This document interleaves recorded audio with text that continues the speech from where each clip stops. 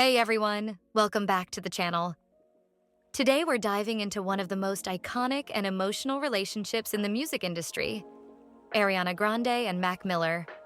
From their early days as collaborators to their deep personal connection and the heart-wrenching loss that followed, this story is filled with love, music, and unforgettable moments. Ariana Grande and Mac Miller's relationship will always be one for the books. The exes were friends for years before taking their relationship to the next level.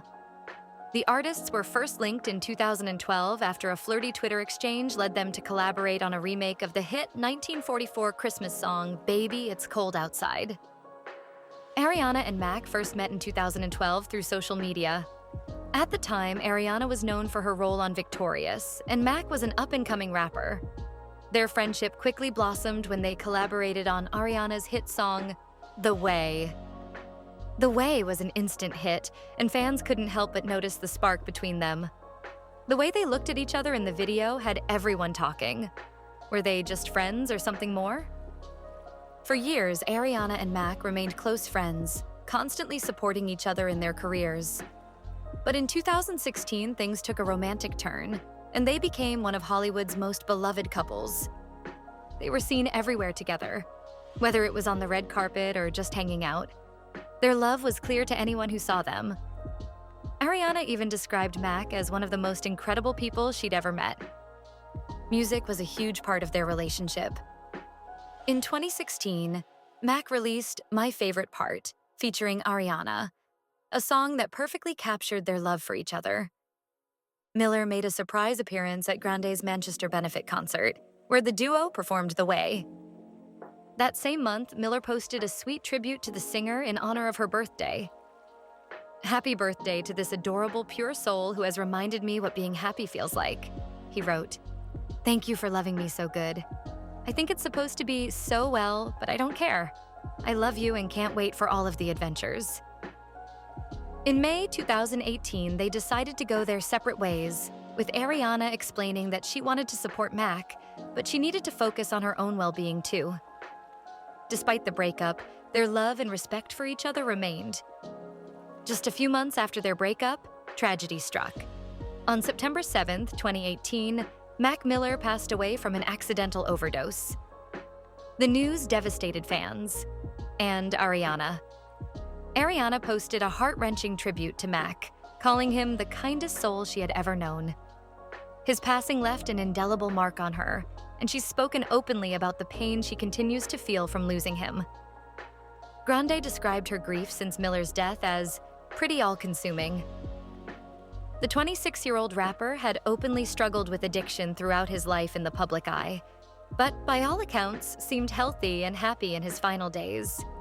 Some of Miller's fans blamed Grande when he relapsed after they broke up. She also received an onslaught of hateful comments when he died. People don't see any of the real stuff that happens, so they are loud about what they think happened. They didn't see the years of work and fighting and trying, or the love and exhaustion, Grande said, reflecting on her response to a Twitter user who blamed her for Miller's DUI in May 2018. "That tweet came from a place of complete defeat, and you have no idea how many times I warned him that that would happen and fought that fight. For how many years of our friendship, of our relationship?" She continued.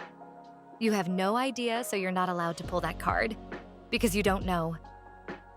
A close friend to Ariana wrote that he spoke with many of Grande's close friends, who said she spent many hours during her 2017 tour desperately tracking Miller's whereabouts to ensure he wasn't on a bender. The loss of Miller and Grande's breakup with Davidson came over a year after the Manchester terror attack, when a bomber killed 22 people and injured more than 500 at the singer's Manchester stop of her Dangerous Woman tour in May 2017. "It's not my trauma. It's those families. It's their losses, and so it's hard to just let it all out without thinking about them reading this and reopening the memory for them. I have a lot to say that could probably help people that I do want to share. But I have a lot that I still need to process myself and will probably never be ready to talk about," the musician said about the bombing attack. "For a long time, I didn't want to talk to anyone about anything, because I didn't want to think about anything. I kind of just wanted to bury myself in work and not focus on the real stuff, because I couldn't believe it was real." The spirit of the people of Manchester, the families affected by this horrendous tragedy, and my fans around the world have permanently impacted all of us for the rest of our lives, she said. Their love, strength, and unity showed me, my team, my dancers, band, and entire crew not to be defeated, to continue during the scariest and saddest of times, to not let hate win, but instead, love as loudly as possible, and to appreciate every moment. The people of Manchester were able to change an event that portrayed the worst of humanity into one that portrayed the most beautiful of humanity. Like a handprint on my heart. I think of Manchester constantly and will carry this with me every day for the rest of my life, Grande added. Ariana channeled her grief into her music.